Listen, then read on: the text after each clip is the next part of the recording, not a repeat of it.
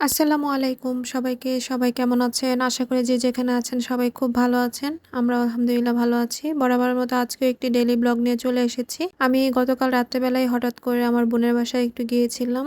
তো এটা হচ্ছে পরের দিন সকালবেলার ভিডিও ছিল। তো সকালবেলা ঘুম থেকে উঠে আমার আপু আর আমার ছোট ভাগ্নিটা একসাথে কুমিল্লা চলে গেছে। তো বড় ভাগ্নিটা আমার সাথে আছে। তো ভাবলাম আমাদের জন্য নাস্তা রেডি করে নিই। ফ্রিজ থেকে ফ্রোজেন কিছু চিকেন বল নামিয়ে নিয়েছি। এটা এখন অল্প আঁচে ভেজে নিচ্ছি আরকি। নাস্তায় তেমন ভারী কোনো কিছুই খাবো না।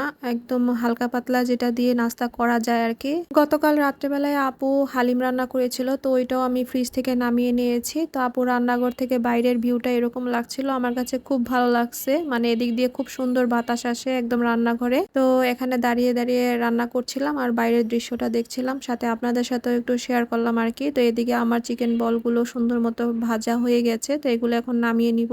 তবে এখানে আমি এটা ভাজার পরে একটা জিনিস লক্ষ্য করলাম যে এটা নামানোর পরে এটা চুপসে গেছে। কেন চুপসে গেছে আমি আসলে বুঝতে পারি নাই। খুব সুন্দর মতোই ভাজা হয়েছিল আরকি। ভিতরটা সুন্দর মতোই সিদ্ধ হয়েছে। তবে এটা চুপসে কেন গেল সেটাই বুঝতে পারলাম না। তো যাই হোক এটা এখন নামিয়ে নিচ্ছি সুন্দর করে। আর এটার সাথে সস দিয়ে ভরিয়ে খাওয়া হয়ে যাবে। তারপরে যে হালিমটা নামিয়ে রেখেছিলাম সেই হালিমটা ২ চামচের মতো নিয়েছি। আমার আর আমার ভাগ্নির হয়ে যাবে। তারপরে এটা এখন বাটিতে নামিয়ে নিচ্ছি। আর এখানে অন্য কোনো কিছুই দিব না। আর গতকালকে হালিম খাওয়ার জন্য আপু কিছু রুটি এনেছিল, নান রুটি। ওই নান রুটিগুলো রয়ে গেছে। তো ওগুলো সামান্য একটু গরম করে নিয়েছি। হালিমের সাথে নান রুটি দিয়ে খাওয়া হয়ে যাবে। যে এই তো সকালের নাস্তাটা আমি সুন্দর মতো রেডি করে নিয়েছি। সাথে পাশের চুলায় চা বসিয়ে রেখেছিলাম। এখন চাটা ঢেলে নিচ্ছি। এই ভিডিওটা গতকালকে রেকর্ড করা ছিল। তো আজকে আমি ভয়েস ওভার দিচ্ছি। তো ভয়েস ওভার দেওয়ার সময় আমার মনটা অত বেশি ভালো ছিল না। আসলে আমি খুব ছোট ছোট বিষয়ে মন খারাপ করে ফেলি। কেন জানি না আমার মনটা খারাপ হয়ে যায়।